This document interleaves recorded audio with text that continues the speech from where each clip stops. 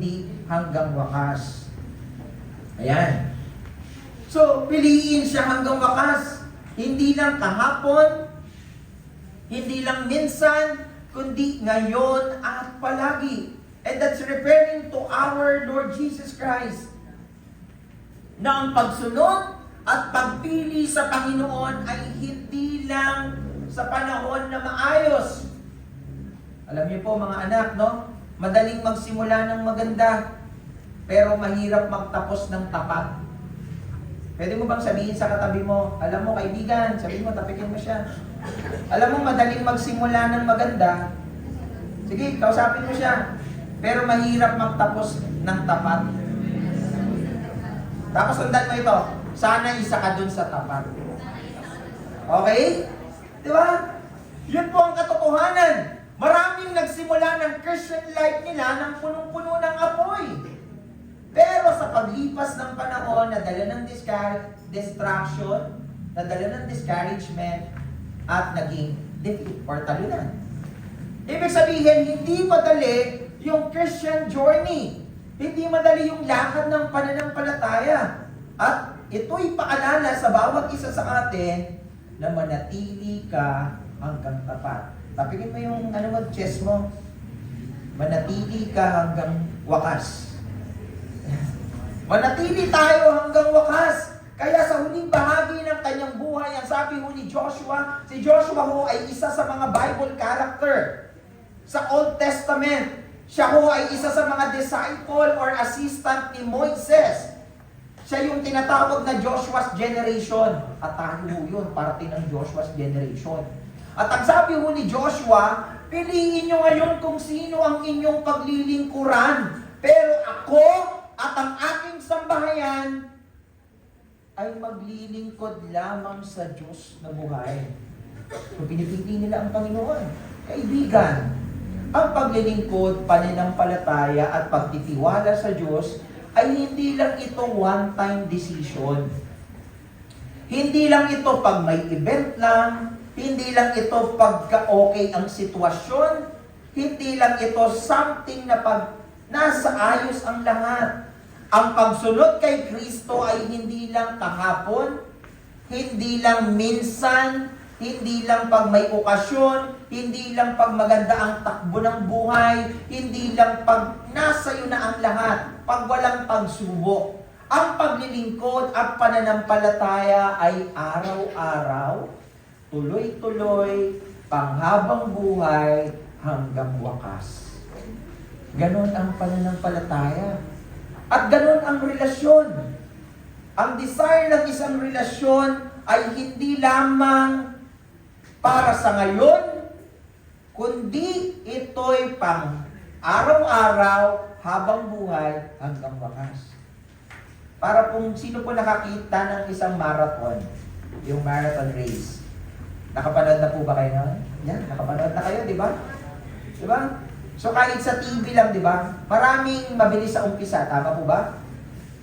Tapos mahaba yung tatakbuhan nila, mabilis sila sa umpisa, pero bandang huli, merong mga nauunang nahuhuli na, pansin niyo, di ba? Yung mga nauunang nahuli na, tapos parami yung mga nahuling nauuna na, pero ang tunay na champion or kampiyon doon sa isang race na yon ay hindi lang ang mabilis sa ilang kilometro o sa unang kilometro, kundi yung tumatapos hanggang dulo. Yun ang mananagumpay. Ganyan din po sa Christian walk natin or Christian life natin. Hindi sa simula sinusukat, kundi sa pagtatapos. Alam niyo, sabi ng Bible, may mga taong nauuna pero nahuhuli. So, ibig sabihin, hindi sa simula ang sukatan, kundi sa pagtatapos. And I want you to have if you have your Bible with you, kahit wala, nandiyan naman sa slides. It's entitled once again, yung ating topic, piliin siya hanggang wakas. In the book of Joshua chapter 24, verses 15, it says, "But serving the Lord seems undesirable to you, then choose for yourself this day whom you will serve. In whom," sabi dito, "but as for me, in my household, we will serve the Lord." So piliin nyo ang inyong paglilingkuran. Pero ako at ang aking sambahayan sa Diyos lamang maglilingkod. Now sa Joshua chapter 24, bababasa natin to, ang huling salita mo ni Josue. Sa Tagalog ho, Josue. Sa English po ay Joshua. Ang tapat na leader ng Israel na nagdala sa kanila sa promised land. Alam niyo po, matanda na siya noon nung ito po ay nangyayari, mga around 100 to 110 years old na po siya. At alam niyo po yung story nila, kilala niyo po si Moises, taas nga po yung kamay na, yan, kilala niyo, Prince of Egypt. Napalad niyo na ba yan? Siya yung Prince of Egypt, si Moises. Tapos si Moises po, siya yung pinili ni Lord na maglabas doon sa mga Israelita sa pagkakaalipin saan sila? Sa Egypto, sa mga Egyptian. So ngayon, ginapit nila si Moises, at ang pangako ng Panginoon, nung nilabas nila yung mga Israelites, dadaling itong mga Israelita na ito sa Promised Land. Papunta sa Promised Land, magmula sa Egypt, ilan weeks yung journey? Nare-remember niyo yun? Ilan? 2 weeks lang yung journey. Pero, dahil nga may something silang problema sa puso nila at relasyon nila sa Diyos, inabot ng 40 years. Okay? Ganun yung problema. Pag hindi ka tama, may problema ka sa puso, it takes years. Yung blessing. Ngayon, tingnan nyo ito during nung promises, si Moises at yung mga inilabas doon sa Egypto ay hindi nakapasok. Ang nakapasok lamang yung edad na 20 pababa. Including Joshua and Caleb. So, ibig sabihin, even Moises hindi nakapasok sa promised land. Nakita niyo ito? Pag matigas ang ulo mo, yung pangako hindi mo mararanasan. So, pinangako, hindi niya naranasan, pero si Joshua ang naging tagapanguna upang makatapak doon sa promised land. At 110 taon na po siya. At tinipon niya yung buong Israel doon sa Shechem. Ayan Shechem ba yan? Shechem. Ayan, isang lugar ng punong-puno ho ng covenant history. Dito ho kinatagpo ni Lord si Abraham at marami pang mga storya patungkol ho sa lugar na ito.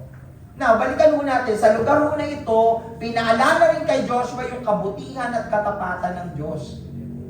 Tinawag dito si Abraham, iniligtas mula sa Egypto, ginabayan sa wilderness, at ibinigay yung tagumpay sa Kanaan. Dito sila pumupunta sa lugar na ito. Now, may 3 bagay tayo na maiintindihan as we go on with this topic. The first one, ang sabi niyan, choose Him because He alone is the one to God. Sa Tagalog po, piliin siya dahil siya lang ang tunay na Diyos. Diba? Piliin natin siya dahil siya'y totoong Diyos. Ang mga panahon ho nila, ito ho'y napakaraming mga Diyos-Diyosan. Maraming pwedeng piliin. Maraming nag-claim that they are the Creator, that they are God from heaven. At ang sabi ho ni Joshua, choose. Ayan, next slide na. And the Hebrew word for the word choose is bakar. Ano ho yung bakar? Sabi dito, bakar this day whom you will serve. Now, the Hebrew word bakar does not mean a casual choice, but a deep covenantal decision. And the same word used when God chose Israel. So, ang sinasabi ko dito, yung bakar ay hindi lang basta-bastang pagpili, kundi ito'y isang malalim na covenantal na desisyon. Talaga nagdesisyon yung isang tao at pinili ka. Hindi lang, for example, sige, ikaw na lang. Wala kasing choice. Dito talaga, hinanpick ka. Diba? Yung paglilingkod ganito, hinanpick ka niya ng Diyos at inilagay ka doon. Sa milyon-milyong tao, ikaw yung nakita niya. Yun huli. Naging apple of the eye ka ng Panginoon. Now, yun yung sinasabi dito. Now, Joshua knew the people had many options. The gods of Egypt, the gods of Canaan, or the Lord na ating pinaniniwalaan. Alam mo ni Joshua yung problem during that time. Kasi ang dami-dami hong Diyos eh. Ang daming nagkikiling na Diyos kahit sa panahon natin. Meron hong Diyos ng mga Muslim. Meron hong Diyos ng iba pa. Ng iba't ibang mga pananampalataya. So ang dami-daming Diyos. Meron pang mga Buddhist, meron pang mga Diyos ng ganito, di ba? Ng mga Indian, etc. Ang dami-daming Diyos. Ganun yung struggle ng pananampalataya nila. Kaya ang sinasabi ni Joshua, piliin nyo. Choose! Piliin mo kung kanino ka susunod, kanino ka malilingkod, kanino ka mananampalataya. Nang ilapit mo natin mga kabataan sa panahon mo natin. Sa panahon natin, may idols pa rin. Ano yung idol natin? It could be pera, career, leisure, sarili.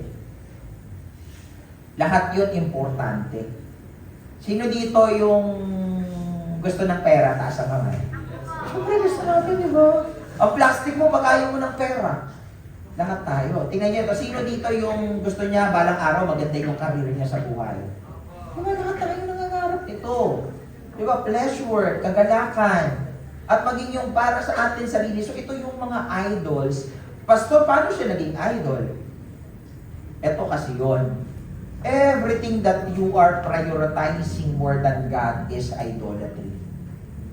Meaning, lahat ng bagay na inuuna mo higit sa Diyos ay idolatry. Ang pagpili sa Diyos ay nangangahulugan itakwid ang lahat ng karibal ng Diyos. So hindi namin kami gagawin itong mga bagay na ito. Hindi ko sinasabing masama yun. Tama yung mga bagay na yan. Mag-aral kang mabuti, abutin mo yung mga pangarap mo, magpayaman ka kung gusto mo. Gawin mo masaya yung buhay mo. Okay yan. Pero huwag mo kalimutan na unahin ng Diyos. Huwag mo ikalimutan na pag ikaw ay nalagumpay na, sabihin mo salamat sa Diyos. Lagi mo siyang unahin sa lahat ng sitwasyon. So ito yung problema dun sa sitwasyon nila. Just as Jacob buried all the household idols at Shechem, we too must bury everything that takes God's place in our heart. Yung Shechem po, it is kumbaga sa Shechem, maraming pangyayari po dito sa lugar na ito. At nandoon din si Jacob, yung mga idols ng kanilang family, doon nila binuried. Pinilubog ni Jacob doon lahat ng mga idolatry nila na meron sila doon sa pamilya nila. At ano yung paalala sa atin ito? Yung mga idolatry sa buhay mo, ilubog mo din sa Shechem. Ano yung Shechem mo ngayon? Yung God's place. Okay? God's place in your heart. Lord, yung mga idolatry na ito, Lord, tinaalis ko ito. Kasi ikaw lang yung totoo dapat sa lahat. Ikaw lang dapat yung una. Now, in the New Testament, my brothers and sisters, God revealed His ultimate choice through Jesus. Yung transfiguration na kung saan, sinabi ng Panginoon, Diyos Ama, ang sinabi niya na si Yesu Cristo ay Diyos. Makikita ho natin yon. That's why today, choosing God means choosing Christ. Pag pinili mo ang Diyos, pinili mo ang Panginoong Yesus. Sapagkat ang ating Panginoong Yesus in John 14:6, sino nakakalam ng 14:6? Meron ba dito? He is the way, the truth, and the life. Diba? And no one comes to the Father except through Jesus Christ. So yun yun. Ibig sabihin, for you to enter into heaven, for you to enter in the rest of God someday, kailangan kilalanin mo si Kristo. Kailangan kang pumili at piliin ang Panginoon. Alam mo ba, to be honest, hindi naman ikaw ang pumili sa Diyos. Ikaw ang pinili niya. Bakit? Yun ang katotohanan. At magpasalamat ka, isa ka dun sa mga pinili ng Diyos papalapit sa Kanya. Ngayon, sa pagpili sa atin ng Panginoon, ipakita mo na karapat-dapat ka sa mga pinili niya. Alam mo, kaibigan kapatid, meron isang missionary couple sa Africa. Inalok sila ng malaking pera para iwan ang kanilang misyon at bumalik doon sa City of Life. Sipin mo, nag-mission ka sa Africa, wala mga pera tao. Mahirap na lugar. Diba? Talagang mission. Actually, sabi nga sa akin nung ni Bishop, no, yung aking mga kaibigang Bishop at yung tatay Bishop natin. Diba? Sabi niya, ang hirap ng Africa. Mag-mission doon, talagang matutulog ka sa sahig, kakainin mo yung kinakain nila. Ang hirap mag-mission. Itong mayamang couple na ito, ganun. Sabi nila, iwanin nila yan, mag-mission kayo dito sa City Life. Doon sa hindi kayo mahirapan. Pero ang sagot nila, We have already given our lives to Christ. What more can the world can offer us? What more can the world offer us? Binigay na namin yung buhay namin sa Panginoon. Ano pa ba yung kayang i-offer sa amin ng mundo? Kagaya ni Joshua, pinili nila ang Panginoon kahit maraming enticing alternatives. Mga kapatid, mga anak, totoong may option ng mundo. Maraming pwedeng i-offer sa'yo. Paglabas mo niyan, daming pwedeng i-offer sa'yo na better. Di ba? Maraming pwedeng i-alok sa'yo yung mundo para itakwil mo ang Diyos. Marami siya. Isipin mo ngayon, for example, di ba ang option mo, pupunta sa church, pero operan kita sa labas, huwag kang mag-church, bigyan kita 1,000. Sigurado, ubus kayo. Nakita niya? Kasi laging maraming offer sa mundo Di ba? At magaganda yung offer ng mundo, pero walang hihigit sa pagpili sa Diyos. Kung maiintindihan mo yung katotohanan na pag pinili mo ang Diyos, pinili mo na ang lahat. Bakit? Kasi siya yung lahat. Dahil siya lamang ang tunay at buhay na Diyos. Ikalawang bagay, choose Him even in the face of trials and temptation. Sa Tagalog po, piliin siya kahit sa gitna ng pagsubok at tukso. Alam niyo po ba, sa tingin niyo, sino magsasabi dito magiging honest siya sa sarili niya? Medyo hindi maganda yung sitwasyon niya ngayon. Taas lang ang kamay. So, ibig sabihin, you are under trials, di ba? Probably. May mga problems, merong mga, it could be family, it could be sa pag-aaral, or something na may needs ka, or may mga needs ka, something like that. Pero alam niyo ba, lahat ng disciple naghirap. Grabe. Kung ikaw ay sinusubok, baka hindi mo makita matindi yung pagsubok sa kanila. At pakikita natin dito sa ikalawang yugto kung gaano katindi yung pagsubok na pinagdaanan nila. Pero walang disipulo, maliban sa isa, ang sumuko hanggang kamatayan. Tingnan mo po, kung yung pananampalataya mo ba, pagmamahal mo sa Panginoon, hanggang dulo na ba ito? Hanggang kamatayan ba? Kaya mong sabihin, bakit kita Panginoon? Tingnan natin. Ano pong nangyari sa mga disciples? Next slide na. Nakikita niyo yung slide? Okay. Meron pong 12 disipulo. At ang bawat disipulo ay namatay ng karumal-dumal. Alam niyo po si Peter, kung paano siya namatay? Si Peter po, pinako siya ng patiwarik. He was crucified upside down sa Roma sa panahon po ni Emperor Nero. Patiwarik, ibig sabihin, nandito yung kanyang ulo, andito yung kanyang paa. Si Emperor Nero po ang nagpapako sa kanya. Diba? Kasi yung panahon nila, inuusig yung mga mananampalataya. And even Andrew, kapatid po ni Peter, yung kapatid niya po, dalawa silang mangingisda, tinawag sila ng Panginoon, so kayo sa akin and I will make you a fisher of men. Siya naman po ay pinako ng pa-ex. Ayan, tinatawag siya ngayon, di ba? St. Andrew, di ba? Sa mga... Alam niyo siya sa namatay, sa pinako sa Greece. Si James the Greater, anak ni Zebedee. Kung gusto niyo makilala yung mga disciple, I encourage you to watch Chosen. Nakikilala niyo yung mga disciple doon. That's the journey of Jesus during His ministry. Nasa Netflix yan. Okay, so ang sabi doon, anak ni Zebedee, yung kapatid ni John, siya po yung unang apostol na pinatay. Alam mo kung paano siya pinatay? Pinugutan siya ng ulo. Ano, sasabihin mo pa ba na si Kristo ay ang Misaya, tagapagligtas? Opo, si Jesus lamang ang tagapagligtas. Pinuto lang ulo. Hanggang dulo. Pinaputol ni King Herod. Si John naman po, kapatid niya, di ba, ni Greater James the Great, di ba, siya lang yung, ito lang yung isa, si John lang po yung hindi namatay sa pag-uusik. Pero prior to that, alam niyo po ba nilubog siya sa nagbo-boiled na oil? Hinagis siyang tao, di ba, si John hinagis po doon.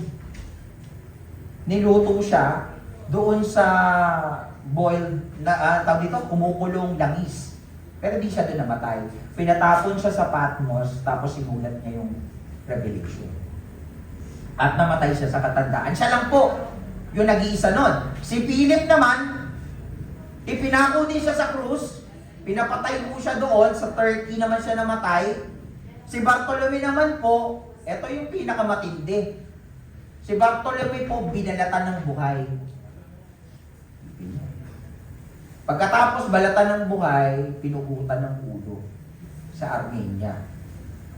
Si Matthew naman, sino nakabasa na ng Book of Matthew? Yan, ayan, si Kuya. No? Book of Matthew, alam niyo kung paano siya na pinatay? Pinatay siya sa Utopia, pinugutan siya ng ulo.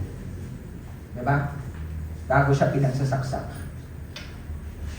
Si Thomas naman po, isa din, pangwalong disciple, yung nag-mission po siya sa India. Mga mekos-mekos, di ba? Nag-mission po si Thomas noon. Pinatay po siya ng sibat. Pinagsisibat po si Thomas. Si James na Les naman, anak ni Alphaeus, di ba? Itinulak po siya doon sa temple. Oo, sa building ng temple, hinulog siya doon. Tapos nung nakita nila gumagalaw pa si James, ano? Nandun pa rin yung pananampalataya niya hanggang kamatayan sa Panginoong Yesus. Binugbog pa siya hanggang mamatay siya. Si Thaddeus, nung nag-mission sila sa Persia, yung Persia po, Iran ito sa panahon natin. Pinatay ng mga pagan priests. Kita mo, mga priests yung pumatay. Pinugutan ng ulo. Di ba? Bago pinagsisibat. Si Simon Silot, ito pinakamatindi. Pinako po, pero nilagari yung katawan. Kalahati. Diba? Si Matias, pinugutan ng ulo. Si Judas lang yung pakamatay. Anong point kung bakit ko kwento ito sa inyo? Kwento ko siya kasi gusto kong maintindihan nyo na ang pagsunod sa Panginoon ay hindi lang sa panahon ng madali. Hindi lang sa panahon ng okay ang lahat. Hindi lang sa panahon na walang pressure, kundi itong mga taong ito, all throughout of their lives, they were being persecuted. They were being harassed. Nakulong, sinaktan, nagutom, pinahirapan. Lahat yan pinagdaanan nila because of the faith in our Lord Jesus Christ. And I want you to understand yan. Ikaw, anong trials meron ka ngayon? Mako-compare mo ba yung trials nila, yung pinaghirapan nila? Doon sa pinagdadaanan mo ngayon? Wala. Walang isa sa atin. At ito yung pinapaalala sa atin. Sinasabi ni Joshua, piliin nyo kung sino ang inyong paglilingkuran. Slide na. But if serving the Lord seems undesirable to you, yung paglilingkod sa Panginoon mukhang imposible para sa inyo, pero ako, pipiliin ko ang Diyos. Ako at ang aking sambahayan, pipiliin ko ang Diyos. Pipiliin ko siya. Naman sabi ni Joshua dito, but as for me in my household, the Hebrew word for household is Beti or Beti. Diba? At ang sabi po ng word na Beti here, ang sabi dito, is does not only means house. Hindi lang basta bahay, kundi ito'y family or lineage. Isang malaking angkan. Hindi lang siya yung ilang kayong member sa bahay, o 5 kayo, yan na yun. Angkan ang pinag-uusapan dito. Yung lineage na meron sila. So Joshua was not making just a personal choice, he was leading his entire family in covenant loyalty. Sinama niya yung pamilya niya sa pananampalataya niya at minake sure niya na hindi lang ako ang maglilingkod sa Diyos hanggang dulo, kundi buong aking angkan. And I want you to challenge young people. I am the first Christian in my family and I am the black sheep of my family. During my time na kagaya kaedad ko kayo, I also taking drugs. High school pa lang ako. Sira na pag-aaral ko, paulit-ulit ako na bumabagsak. Hindi dahil mahina yung utak ko. Pero ang point is, wala akong interes sa buhay. Wala akong interes sa pag-aaral.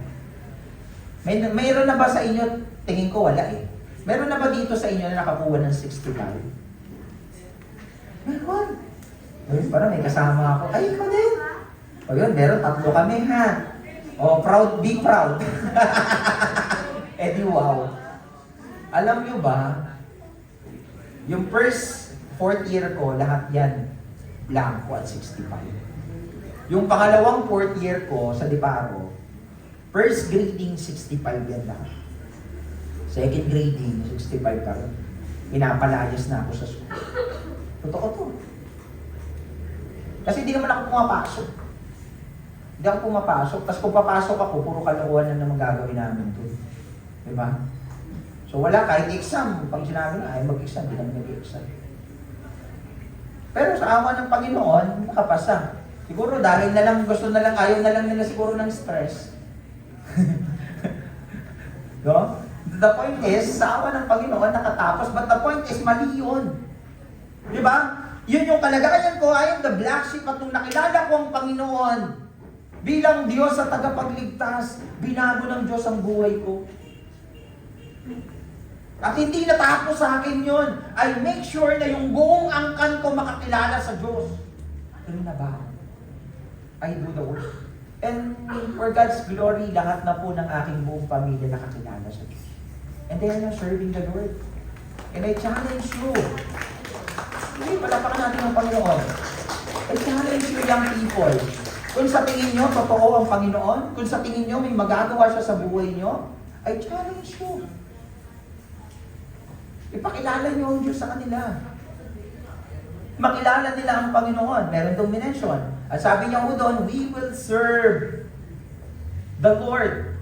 Now, yung word na serve, ang Hebrew word niyan is abad. Diba? Ang salitang abad ay nangangahulugang maglingkod at sumamba. Dalawang bagay ha? Maglingkod at sumamba magkasama. Hindi siya pwedeng isa lang. Magkasama, maglingkod at sumamba. Ibig sabihin, ang paglilingkod ay hindi lang gawain, kundi worship and obedience.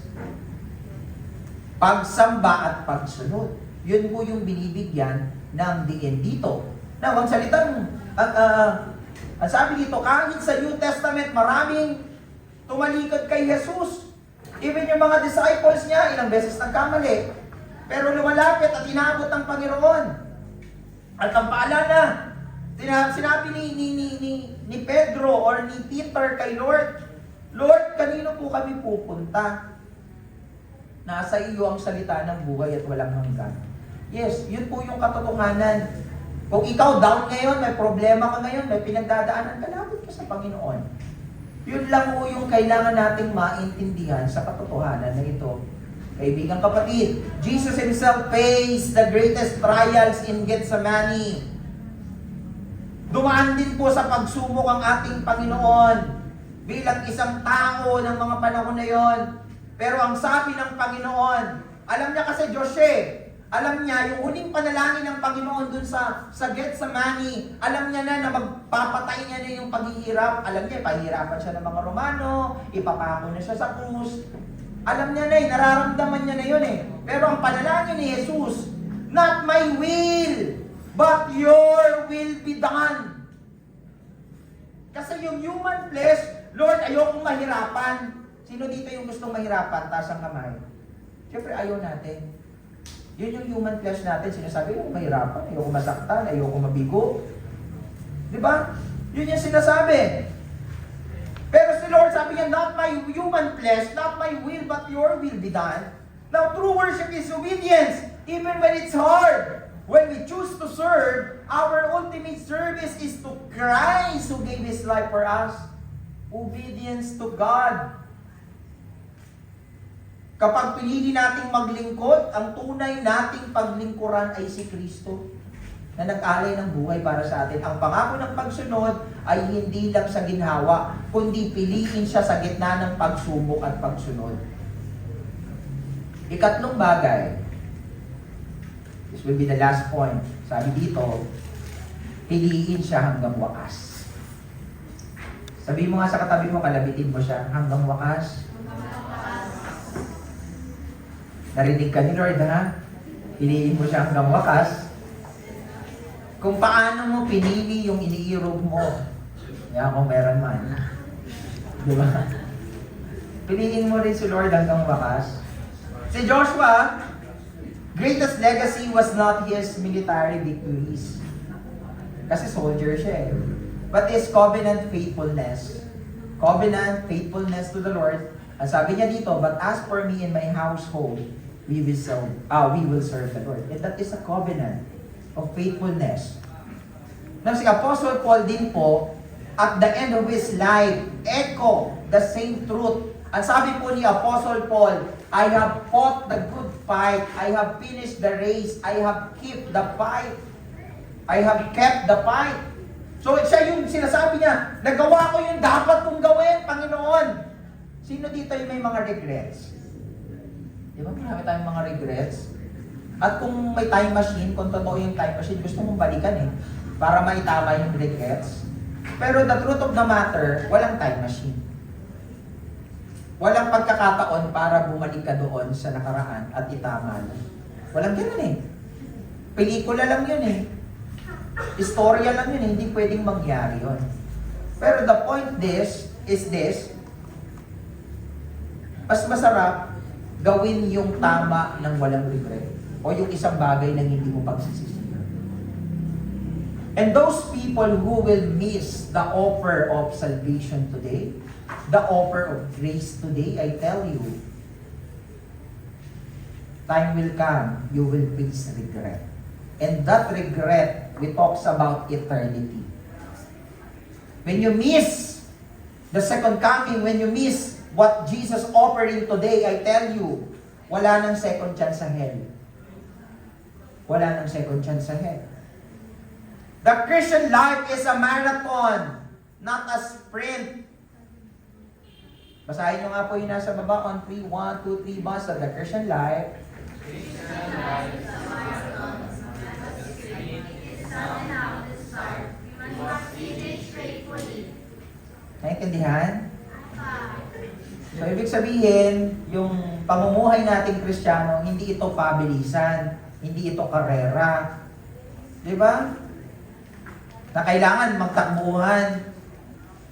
Kundi ito'y may proseso. Mahaba ang journey. Diba? Kailangan lang dito ang dulo nito lahat makatapos. Regardless kung marami kayong makatapos. Hindi sapat na nagsimula lang tayo mga anak. Kailangan nating magtapos ng tapat. Hindi lang ito yung unang araw, tapos sige, saka na uli ako babalik sa church pag magulo na uli buhay ko. That's not the point. Yes, pwede mong gawin yon kasi pagbalik mo, nandito pa rin si Lord, mahal ka pa rin niya. Magkasala ka bukas, balik ka sa Panginoon, mahal ka pa rin niya. Hindi magbabago yung katotohanan ng pagmamahal sa iyo ng Diyos. Yun ang totoo. Pero the point is, paano kung hindi ka umabot ng susunod na araw? O ng susunod na araw? O ng susunod na araw? Papaano yung sinasabi mong bata pa naman ako kahit di ko muna ibigay yung buhay ko sa Panginoon?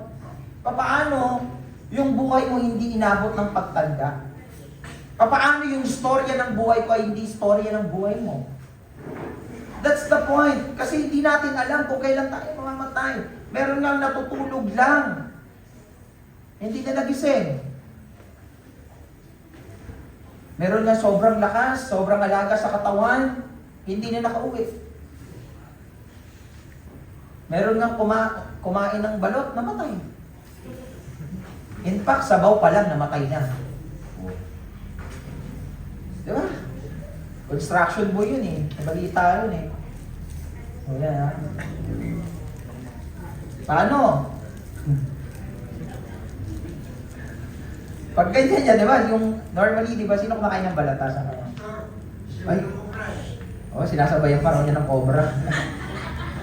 Patay tayo talaga dyan. Di ba? Di ba yung balot, di ba? Ang sarap. Actually, hindi ako kumakain ng balot, pero umiinom ako ng sabaw, tsaka yung dilaw. Yung dilaw. O, meron ba ganun dito? Yung sisiyo tinatapon, no? Ganun tayo. So, ganun ako. Pero yung nakamatay sa kanya, hindi yung laman eh. Yung sabaw. Bakit? Kasi nung pag-inom niya, patay. Parang walig na eh, no? Hindi, ang point is, di ba yung buhay, hindi natin hawak. Kasi nga, di ba construction worker siya? Nagets nyo? Construction worker siya kasi hindi niya na-involve yung pako. Yung example, pinamartilyo ko to. Dumaan si nagbebenta ng balot, si Jacob. Ayan. Uy, pabili ng balot. Diba? Iniiwan ko, di ko natapos eh. Nakita nyo yung pako? O ngayon, dito na yan. Uminom ako ng sabaw. Okay, di ba? Waling, no? Sige nga po, palakpakan naman natin si Lord. The point is, yung buhay natin ay hindi natin hawak. We never know the hour of our death. We never know how long our lives is. How short it is. The point is, lahat tayo mamamatay. Lahat tayo mawawala. Ang sabi ng ilan, kasi ito yung lifespan ng buhay. Imagine lang ito yung buhay natin.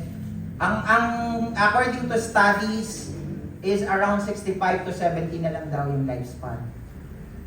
Actually nga, wala pa nga 60, namamatay na eh. Diba? So, ganito lang daw yung journey ng buhay. Pero yung pinag-uusapan, yung after death, that's eternity. Duloy-duloy hanggang dulo. Now, lahat tayo ginagawa natin yung best natin para dito. To be honest, ito yung buhay pero yung nag-i-invest ka, ito lang. Kasi syempre dito ka na, may edad ka na rito eh. Lahat dito, pine-prepare mo para sa ganitong klaseng buhay lang. Isipin mo, nagpakahirap ka, nagpayaman ka, nagpakabagal ka, para lang sa tulong ito. Pero, yung napakahaba, hindi mo pinag-investan. Hindi mo inintindi. And we are talking about eternity.